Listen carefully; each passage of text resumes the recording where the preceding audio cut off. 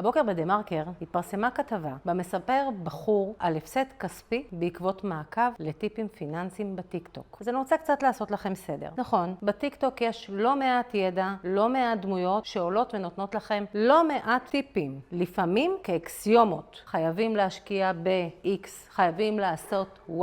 אז אני רוצה לומר לכם שגם אני מפרסמת ברשתות החברתיות טיפים פיננסיים מסוימים, שמתאימים לקהלים מסוימים. אבל זה בשום אופן לא מחליף לשבת לפגישה מסודרת או בדיקה אישית אינדיבידואלית לך או לך או לתא המשפחתי שלכם. כי מה שמתאים לי כאימא לילד מיוחד לא בהכרח מתאים לאותו בחור צעיר ורווק. אם טווח ההשקעה שלי הוא קצר, לא בהכרח הטווח ההשקעה של אותו בחור הוא אותו טווח. ולכן אני אומרת, אל תיקחו דברים כאקסיומה, כדרך חיים. תבדקו קצת יותר לעומק, תחקרו קצת יותר. והכי חשוב, להבין שהבן אדם שאחריו אתם עוקבים הוא באמת איש מקצוע, בעל רישיון, ולא ללכת עם עיניים קשורות. מאוד חשוב, שמרו על הכסף שלכם